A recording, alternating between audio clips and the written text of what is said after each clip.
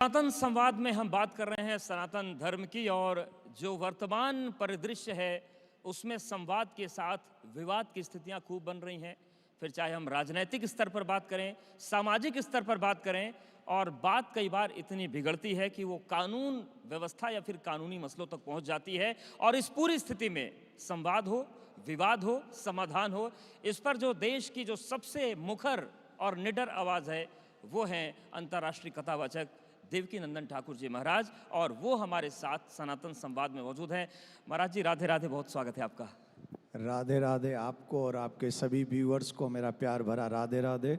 और कानपुर तो बांके बिहारी जी का बड़ा चकाचक है, तो यहाँ तो राधे राधे नहीं बोलोगे तो कैसे काम चलेगा, जोर से बोलना पड़ेगा।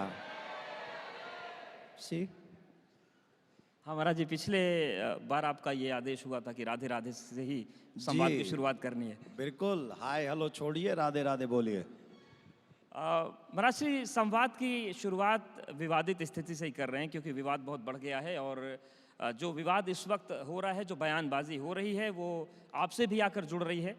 अलीगढ़ मुस्लिम विश्वविद्यालय में आपने कहा कि वहाँ पर मंदिर बनाया जाना चाहिए, आपने ये मांग की, वो सुर्खियाँ रहीं।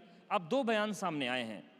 पहला बयान इंद्रजीत सरोज जी का आया है, सपा के विधायक है। वो कह रहे हैं कि अगर मूर्तियों में ताकत होती तो महमूद गजनवी और मोहम्मद गोरी इस देश का कुछ नहीं बिगाड़ पाते। दूसरा बयान आया है रामजी लाल सुमन का, जो पहले से एक बयान को हवा देकर विवाद करवा चुके हैं। अब उन्होंने कहा है कि अगर हम मंदिर खोद देंगे तो वहाँ पर बौद्ध मठ निकल आएंगे। तो ये जो पूरी परिस्थिति है, ये क्यों बन रही है और क्या मतलब है इसका? देखिए, एक बात हमको समझनी चाहिए, जितने भी सनातनी है, जितना भी सनातन जगत है, उन्हें एक बात समझ लेनी चाहिए, बुद्ध भी हमारे हैं, राम भी हमारे हैं, कृष्ण भी हमारे हैं, ये भारत भी हमारा है और भारत की परंपरा भी हमारी है। भारत की परंपरा बिना बुद्ध और बिना राम के पूर्ण हो ही नहीं सकती है। इसलिए इस पे विवाद की नहीं, संवाद की आवश्यकता है। संवाद चाहिए उसमें। दूसरा, अभी आपने कहा कि मुस्लिम यूनिवर्सिटी में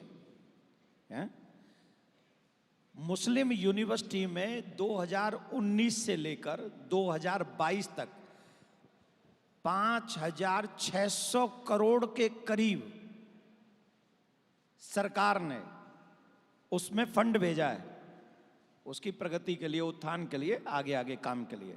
कितना? 5,500 करोड़। मतलब हर साल में लगभग 1,000 करोड़ से ज्यादा, 1,100 करोड़ के करीब भेजा है।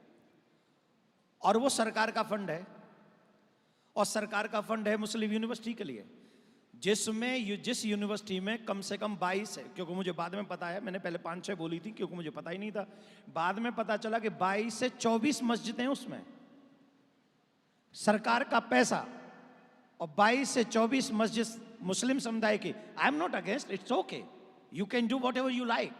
लेकिन अगर वहीं मेरे 4-5 हजार हिंदू बच्चे पढ़ते हैं, अगर वो हिंदू बच्चे ये कहते हैं कि मुझे भी वहाँ एक प्रार्थना करने के लिए मंदिर चाहिए, तो फिर उसमें किसी को परहेज क्यों है? क्योंकि अगर सरकार पैसा दे रही है तो सरकार का पैसा मुस्लिमों के विकास के लिए भी होगा और सनातनियों के विकास के लिए भी होगा, और ये मेरा फंडामेंटल राइट है, ये मेरा अधिकार है। धन्यवाद महाराज जी, सनातन संवाद में आने के लिए, इतना समय देने के लिए, और सनातन संवाद को एक दिशा देने के लिए। और ये उम्मीद है कि सनातन संवाद ऐसे ही होता रहेगा, आप आते रहेंगे। आपकी जोरदार तालियां भी हों तो इस सम्मान की घड़ी का आनंद और बढ़ जाए।